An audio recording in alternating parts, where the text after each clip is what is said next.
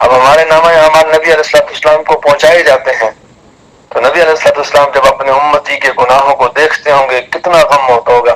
آج اگر ہمارا پرچہ کسی کے سامنے ظاہر ہو جائے، کوئی کسی کو ہمارے جو ہے پرچہ ظاہر ہو جائے، کتنی شرمندگی ہوتی ہے، ہمیں ڈر ہوتا ہے کہ اس کو میرا پرچہ نہ ظاہر ہو جائے۔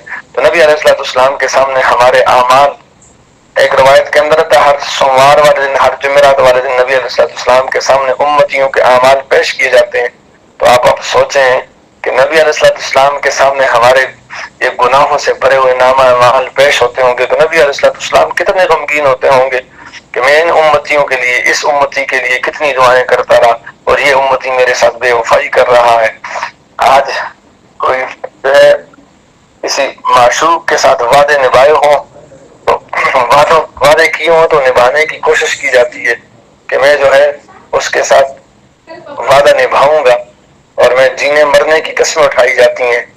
تو کیا ہم نبی علیہ السلام کے ساتھ بھی اس طرح کا رویہ رکھتے ہیں؟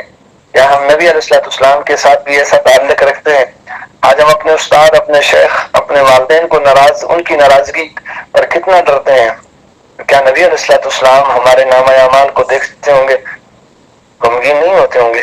راتوں کو اٹھ کے ہمارے لیے دعائیں کرنے والے محبوب پیغمبر، ان کے سامنے جب ہمارے نامہ اعمال پیش ہوتا ہوگا تو کیا ان کا دل نہیں دکھتا ہوگا؟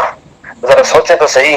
اس پر ایک بڑا مشہور واقعہ ہے، ہمارے بزرگوں میں سے ایک بزرگ تھے، ان کے بارے میں آتا ہے انہوں نے ایک شاعر کے اشعار سنے، پڑھے، تو ان کے دل میں شوق پیدا ہوا، اس شاعر کو میں ملنا چاہتا ہوں۔ وہ انڈیا کے اندر تھے۔